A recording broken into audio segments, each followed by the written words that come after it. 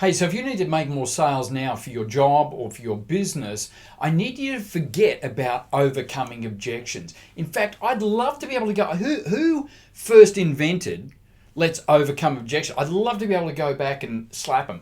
Maybe it worked way back when, but I don't even know where it came from, because most of the objections we hear in selling, they're not even it's not like that's not the real reason why they're not buying. Most of the times when they're, I want to think about it, or I got to talk to my partner, that's not the reason they're not buying. The reason they're not buying is something underneath that. That's kind of just the mask or the disguise. That's the thing they say, because that tends to stop salespeople, right?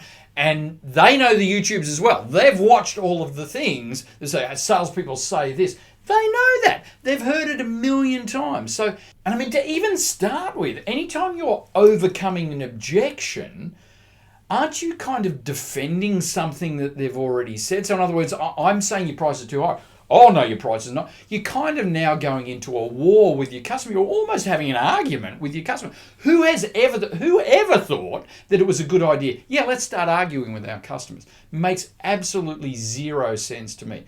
But if you want to make more sales, you must have a way to navigate when the customer does say, hey, I want to think about it. I got to talk to someone else. I want to talk to the partner. Can you send me some more stuff? Yeah, leave me your card. Just email me the information. You must know what to do when you get to that point. But it's not about overcoming an objection. It's about understanding why they might not buy. I mean, let's face it, you don't want to overcome objections. You just want to get them to buy, right? So we need to understand why it is that they're not buying. So forget overcoming objections. Here's what we're going to do. First of all, we're going to make sure we do the opposite of overcoming objections, and that's don't defend.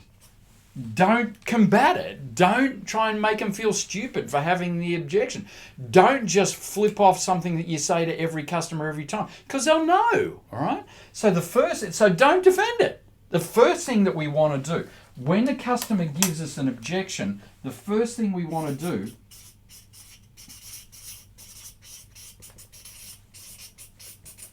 is acknowledge it. We just want to hear it.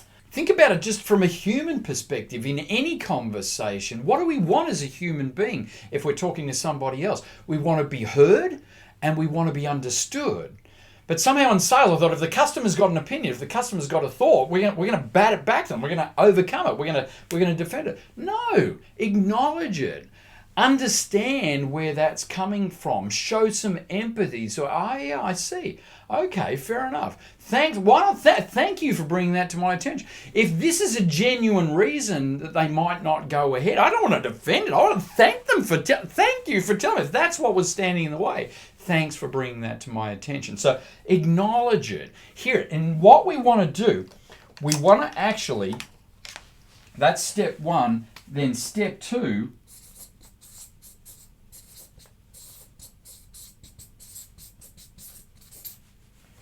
Step two, we want to ask a question, all right? And I'm not talking about some salesy question that's going, so are you buying today? Not some pushy pressure kind of question. I literally, based on what they've said, I want to acknowledge it and then ask a question to understand it. So what is it that you're actually saying? Even if they say something like your price is too high.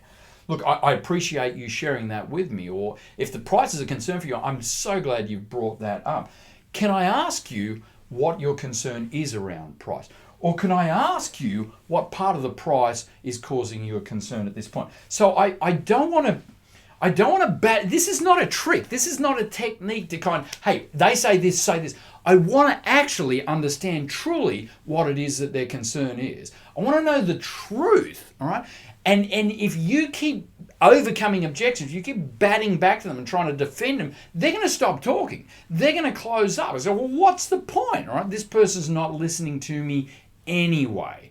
Any conversation would end that way. Why would a sales conversation be any different? So when a customer gives you an objection, your one mindset should be curiosity.